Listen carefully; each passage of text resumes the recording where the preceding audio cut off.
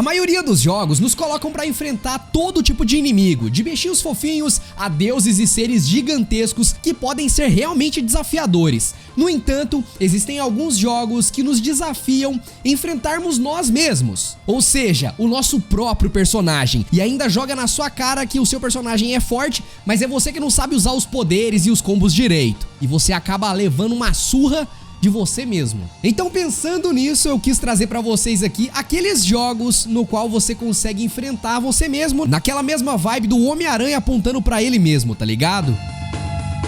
E aí, players, tudo beleza? Eu sou o Fiaspo e seguinte, não é segredo pra ninguém que Elden Ring é bem difícil, o que acaba honrando ali o gênero Souls-like, com chefes praticamente impossíveis de você derrotar de primeira e com várias criações de builds diferentes aí dentro daquele mundão aberto pra você poder explorar e upar o seu personagem também. Só que aqui dentre os vários chefes opcionais do jogo, temos a peculiar Lágrima Imitadora, chefe que podemos enfrentar depois de abrir passagem para a Cidade Eterna. E como o nome sugere, a Lágrima Imitadora toma a forma do nosso personagem. Mas não só isso, esse chefe aqui ele copia os nossos equipamentos, itens e atributos com diferenças nos pontos de vida, que é maior, né? E no número de poções de cura, que é menor para dar uma equilibrada. A Lágrima Imitadora pode ser bem difícil de você derrotar, tá? Só que tem uma paradinha para você conseguir fazer que se derrota ela rapidinho. Que é o seguinte, como esse inimigo aqui te copia antes de lutar, o que você faz? O que um bom brasileiro que adora fazer gambiarra em tudo pensa automaticamente? Vou entrar na batalha sem arma nenhuma, sem equipamento, absolutamente peladão. Pois é, após ele começar a copiar a sua forma, você faz o quê? Você equipa tudo de novo e lasca-lhe a pancada na cabeça. Ela vai estar bem mais fraca do que você e vai levar uma surra. Não, mas essa é muito fácil mesmo. Ah, e depois que você vence esse chefe, você consegue chegar numa área que dá pra pegar a cinza de invocação da Lágrima Imitadora, que inclusive eu usei o jogo inteiro pra me ajudar a zerar, porque ela basicamente tira metade da sua vida, mas invoca o seu clone, que te ajuda em várias batalhas contra chefes. É roubado pra caramba.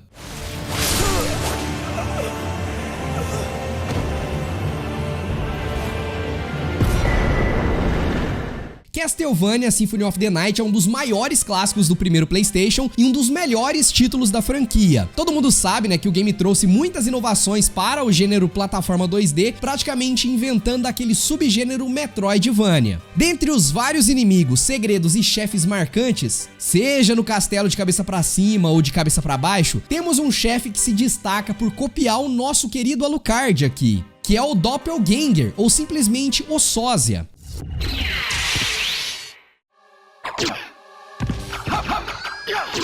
Na verdade, muita gente não sabe, mas esse é um inimigo bem comum na franquia Castlevania, já tendo aparecido em diversos jogos. E como é de se esperar, ele basicamente é uma cópia do protagonista do game que você tá jogando ali em questão. E em Symphony of the Night, ele utiliza uma espada curta e a adaga como arma de arremesso. A primeira vez que você chega lá e tá meio despreparado, pode ser que você leve uma surra. Só que dá pra derrotar esse boss de uma forma assim até que ridícula. Vocês estão ligados naquele reloginho que tem no jogo que você consegue pegar pra utilizar como subarma, né? Que para o tempo e consequentemente para os inimigos também. Mas isso não funciona contra os bosses. Só que nesse caso aqui funciona. Então é só você pegar o relógio, chegar nele que ele vai ficar lá congelado e mete bronca pra cima. Espadada ali até o bicho morrer. E a gente não enfrenta ele só uma vez no jogo não, tá? Ele volta como chefe opcional mais pra frente no jogo, na Reverse Cavern. Só que agora mais forte e com mais movimentos, podendo causar dano de veneno em você. Mas é só fazer o mesmo esquema que a luta fica bem fácil.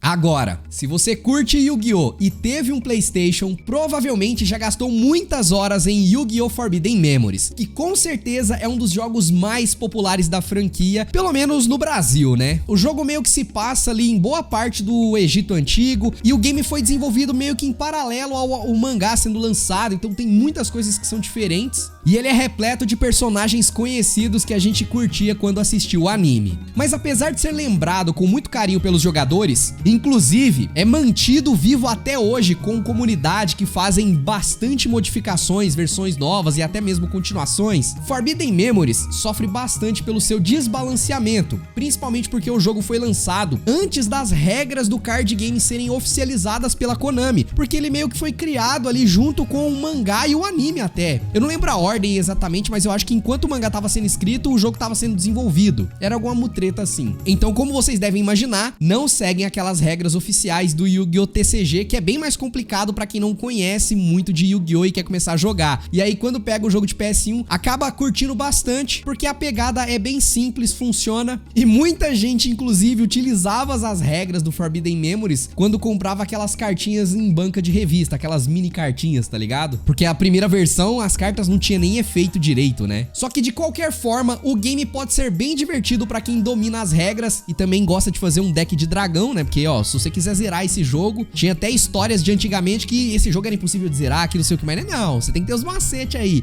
O deck de dragão, salva, dragão e raio, você mete bronca ali com quem que você quiser. Mas você vai ter que farmar bastante também. E falando em farmar, o grande lance aqui é que nele podemos enfrentar o Duel Master K, que é selecionável pra você poder enfrentar ali no modo Free Duel, né? Onde você normalmente ficava farmando infinitamente as cartas. E nessa batalha, logo percebemos que se trata de um jogador com as mesmas cartas do nosso deck. Isso mesmo, ele é um clone do nosso baralho. A primeira vez que eu fui jogar, eu via lá um cara meio loirinho, com óculos assim, e não mostra muito o rosto, né? Meio tampado e tal. Eu ficava, mano, que diabo é isso aí? Aí você vai batalhar com o cara, o deck é igual ao seu, e de alguma forma ele joga melhor que você. Mas isso é da hora porque você acaba percebendo que dá pra fazer jogadas que você não tinha visto ainda, né? Você não tinha feito contra outros inimigos. E ele dropava outras cartas, não as cartas que tinha no seu deck. Mas era legal.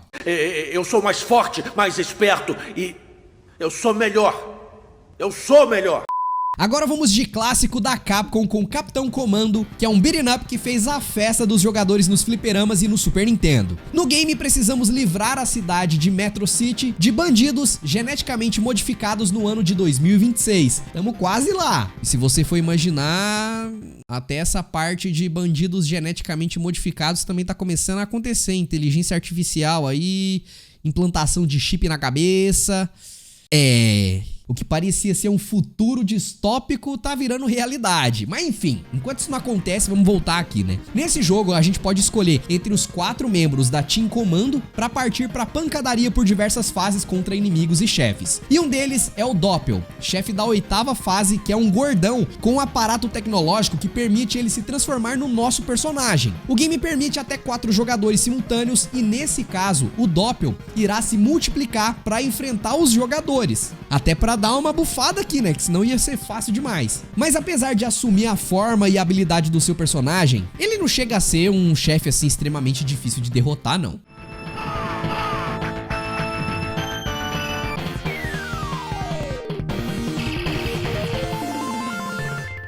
Final Fantasy IV, pelo que dizem nas revistas e quem viveu a época, ele gerou bastante hype na época do seu lançamento por ter sido o primeiro jogo da série a ser lançado para o então novo Super Nintendo. O jogo foi um grande sucesso e é lembrado pelos fãs até hoje como um dos melhores da franquia. Nele temos como protagonista Cecil, um cavaleiro negro que decide ir contra as ordens do seu rei para proteger os 4 cristais elementais. E em certo momento da sua jornada, Cecil precisa passar por uma provação, que consiste em chegar ao monte para se tornar um paladino, só que para isso ele precisa enfrentar ele mesmo. E dessa forma a gente tem que derrotar uma versão do Cecil como Cavaleiro Negro, assumindo agora a classe de paladino, deixando o passado do protagonista para trás. Inclusive esse é um dos momentos mais bonitos e emocionantes desse jogo aqui.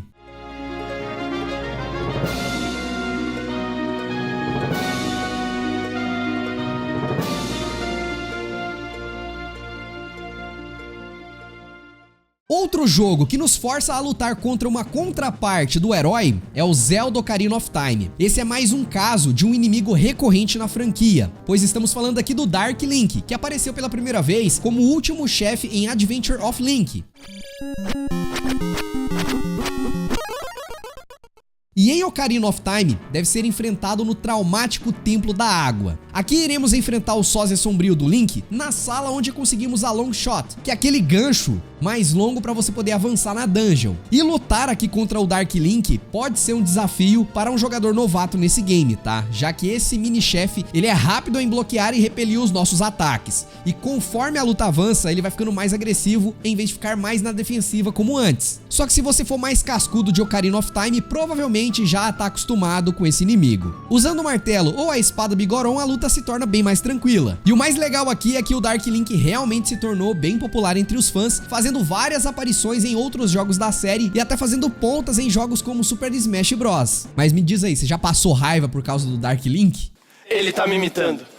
Prince of Persia: The Lost Crown foi uma grata surpresa vinda da Ubisoft, mesmo que muita gente esteja esperando o remake do Sands of Time de PlayStation 2, esse jogo novo aqui agradou bastante a gente, inclusive a mim. Eles conseguiram fazer um belo de um Metroidvania dentro do universo de Prince of Persia, que já estava há um bom tempo sem receber um novo jogo. Nesse game a gente controla o guerreiro Sargon, que é membro do clã dos Imortais, que precisa resgatar um príncipe que foi sequestrado. E o game conta com um robusto sistema de combate que você consegue misturar diversos combos, é a maior doideira, que pode ser usados em diversos inimigos e chefes. Dentre esses chefes, existe o Sargon alternativo, que, como você já deve imaginar, é uma versão alternativa do nosso herói, que faz parte até de uma realidade paralela ali, vindo de outra dimensão. E você vai encontrar ele em vários momentos espalhados pelo mapa, porém, ele tem movimentos diferentes, poderes diferentes também, e toda vez que você consegue derrotá-lo, ele libera meio que um poder novo para você poder equipar o seu personagem. Porque como ele veio de outra dimensão, ele conseguiu outro poder diferente do que você tem. E às vezes essas batalhas podem ser bem desafiadoras.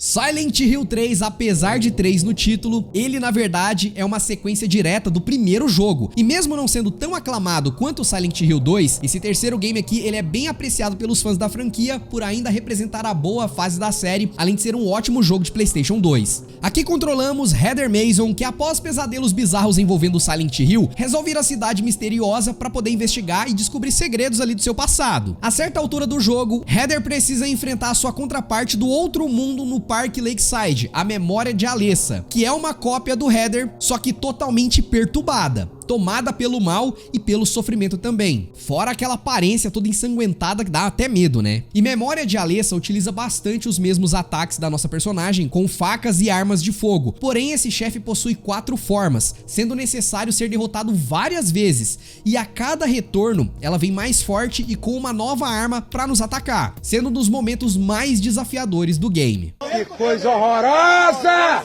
E pra finalizar, vamos de um jogo exclusivo de Game Boy Advance, que é o Kirby The Amazing Mirror. Nele, vemos aquela bolinha rosa indo parar em um mundo paralelo dentro de um espelho mágico. Durante a aventura aqui de Kirby, acaba tendo que enfrentar a sua versão sombria, que é o Shadow Kirby, que vai aparecer várias vezes para desafiar o protagonista. Só que bem próximo ao fim do game, descobrimos que o Shadow Kirby não é um vilão. Na verdade, o pobrezinho só estava tentando proteger o seu mundo e achava que o Kirby era um invasor. Olha o plot twist aqui. Tá ligado aquela imagem de 2 caras vendo o mesmo número e o número é o 6 e o outro tá vendo o número 9, tudo depende da perspectiva. É meio que a mensagem que o jogo passa, tá ligado? O Shadow Kirby aqui tava cuidando do mundo dele, velho. Na batalha final ainda, o Shadow Kirby ainda aparece pra nos ajudar depois e no fim acaba virando um amigo nosso ali, tá? É mó bonitinho. Por causa disso, o Shadow Kirby parece que também conquistou ali os jogadores e acabou reaparecendo em outros jogos da franquia.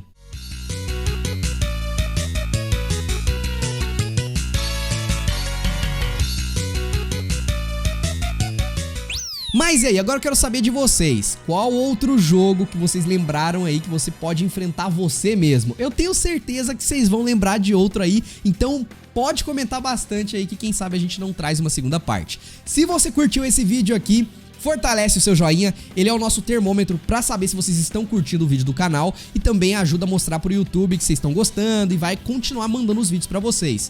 Não esquece também de se inscrever e aqui do lado eu vou deixar pra vocês um outro vídeo interessante, que são os jogos com a maior quantidade de finais que você já viu em um videogame. É maior loucura, você vai curtir. Eu vou indo nessa, um grande abraço, valeu e tchau!